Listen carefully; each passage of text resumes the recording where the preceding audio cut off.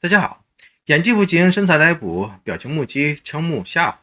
这就是内娱圈当中林林总总的时下惯象了。这种内娱内卷只是冰山的一角，更多人聚焦的是同行同职、同样优秀的竞争，又如何达到理想化的那种双赢的理想效果呢？特别是这个关键的2020年，比如正在跟周冬雨搭戏的王一博，以及之前跟周冬雨搭戏的易烊千玺，资源优化和促进能做得到吗？答案是能。比如拼命镀金主流的杨幂，以及实力镀金主流的赵丽颖，早就找到了相关的答案了。